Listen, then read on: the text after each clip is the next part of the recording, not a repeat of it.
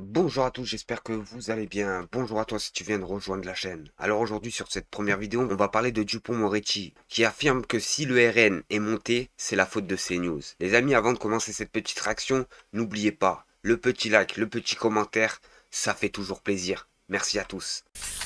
Je vais vous rappeler par exemple que l'extrême droite a une chaîne dédiée et un tas de médias dédiés à leur service. D'ailleurs, Madame Le Pen parle de CNews en disant « ma chaîne », qui est une réalité. Donc c'est à cause de l'Empire Bolloré si l'extrême droite... Madame Salamé, soyez nuancée. Mais je dis le pas que suis. c'est à cause de cela. Je vous pose la question sur la réponse, sur la proposition de... Laissez-moi un peu. C'est ça la grande difficulté de la parole politique, c'est qu'on a rarement le temps de développer et qu'on n'est pas dans la nuance. C'est un des facteurs. C'est pas le seul. Et quand je vous dis qu'il y a une poussée des populismes partout, ça répond à l'inquiétude de gens. Oui, bien sûr, notamment à raison de la Covid. Mais il n'y a pas que ça. Le populiste, il a toujours raison, madame. Pourquoi ? Parce qu'ils disent ce que vous avez envie d'entendre. Madame Lavalette, là, que j'ai presque croisée dans le couloir, elle me dit un jour sur un plateau de télévision, la petite Lola, on se souvient tous de la petite Lola. Madame Le Pen s'est servie du cercueil de cet enfant comme d'un marchepied, elle l'a fait avec cynisme dans d'autres affaires.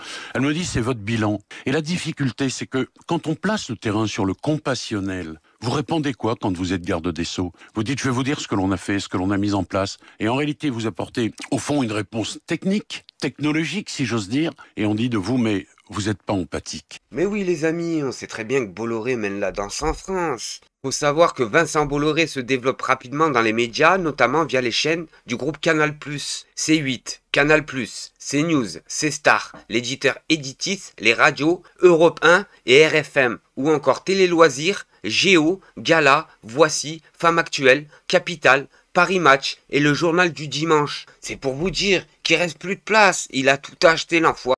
Et voilà ce qu'on dénonce dans Réaction Révolution, c'est la privatisation de tout.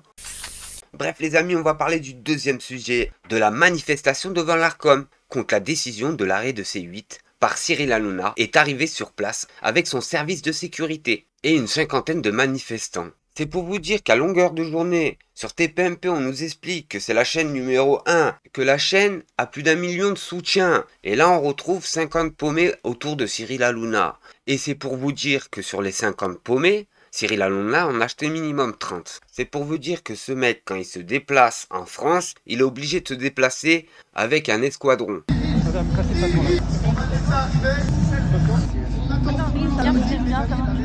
Super. Bonjour Cyril, vous êtes dans quel état d'esprit? Mais moi je vais remercier les gens. Moi je vous le dis les amis, je comprends pas ces personnes-là qui soutiennent l'indéfendable. Mais c'est vraiment l'indéfendable Cyril Hanouna. Vous avez bien vu comme il traite ses invités, surtout quand ils viennent de gauche. Il n'y a aucun présentateur en France qui a reçu autant d'amendes que Cyril Hanouna. Ça faut le savoir les amis. On laisse Cyril arriver les amis, s'il vous plaît. On aura le temps d'échanger juste après. Cyril est là les amis, un tonnerre d'applaudissements. Un tonnerre d'applaudissements pour Cyril les amis. Cyril Hanouna. Et moi je trouve ça fou les amis. Pour une personne on fait déplacer tout un bataillon d'agents de sécurité plus tout un commissariat payé par les impôts français. C'est un truc de dingue les amis. Et après on nous explique pourquoi on parle de 2 poids de mesure en France. Mais c'est parce qu'on dénonce ça. On dénonce l'arrogance de ces personnes-là qui se permettent d'utiliser l'argent des Français pour leur propre sécurité alors qu'un citoyen lambda français n'a aucune sécurité dans la vie générale en France. C'est la vérité. Vous maintenant vous allez faire une manifestation. On l'a bien vu avec les gilets jaunes. Alors oui les amis, les policiers on va vous les envoyer. Mais c'est pas pour la même chose. Cyril, comment ça va toi? Merci d'être venu Cyril. Toutes ces personnes viennent protester contre la censure et contre les décisions injustifiées de l'Arcom. Tu as la parole mon Cyril. En fait, Non mais sérieusement, il y a 50 paumés, il y a plus de policiers que de manifestants, et on nous explique que c'est une manifestation qui fait fureur. Sérieusement les amis? Et j'ai juste une question à poser, ces policiers qui sont là, ils ont pas mieux à faire, il y a des agressions en voiture en voilà sur Paris. On n'arrive même plus à les payer tellement ils font des heures ces personnes-là.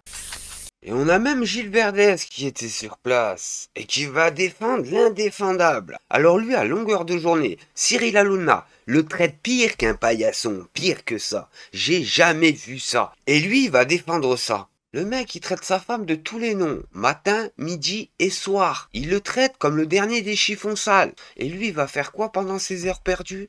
Défendre Cyril Hanouna. C'est un truc de dingue, les amis. On regarde la vidéo? On fait une petite réaction. Liberté d'expression, c'est fondamental. On est la terre de la liberté d'expression. Chacun a le droit à la parole dans notre émission, quelle que soit son opinion politique. C'est un débat contradictoire. La liberté est totale. Moi, jamais j'ai eu de consignes, jamais on m'a empêché de parler. On est dans un débat parfois vif, mais toujours honnête.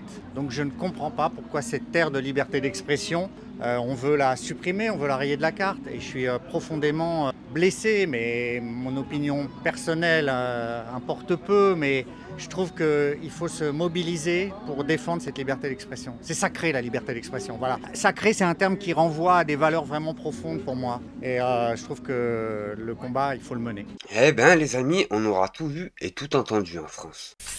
Et là les amis, on va parler de qui? Oui, de lui. François Hollande, l'ancien président, qui ressemblait plus à Pinocchio qu'à un président. Les amis, on regarde la vidéo et on fait une petite réaction. Différence de méthode flagrante, François Hollande, avec ce que font les Insoumis. Les Insoumis vous ne seriez pas étonné quand même. Oui, il y a une différence. Encore. Mais ça a été des partenaires au moment de l'élection législative. Chacun se détermine librement. Ils se sont isolés, c'est leur droit. Ils veulent censurer, c'est leur liberté. Mais les socialistes, ils doivent se déterminer souverainement. Donc le NFP est mort, vous le dites ce matin. Mais je ne dis pas qu'il est mort. Il est né au cours d'une élection. Ensuite, il évolue. Et il a sa vie. L'union, elle dépendra beaucoup de chacun des partenaires. Mais moi, ce que je crois aujourd'hui, c'est que pour qu'il y ait une union de la gauche, il faut qu'il y ait un parti socialiste fort. Et donc, tout ce que doit faire le parti socialiste, c'est de se diriger vers les Français, de travailler avec le gouvernement, d'empêcher qu'il puisse commettre des actes qui seraient contraires à l'intérêt général, et de se présenter aux élections au moment qui sera venu. Et les amis, vous avez vu Nicolas Sarkozy s'est fait condamner? Non, ne vous inquiétez pas, il n'ira pas en prison. Lui, il aura droit au bracelet électronique. Oui, comme un enfant qui aurait volé des bonbons à un supermarché. Et ce grand monsieur s'est allié à qui? À Emmanuel Macron. C'est bizarre ça. Mais la question qu'on va se poser, pourquoi il s'est allié à Emmanuel Macron? Tout simplement pour nous faire apparaître son fils. Les blagues en France n'ont pas arrêté de s'arrêter.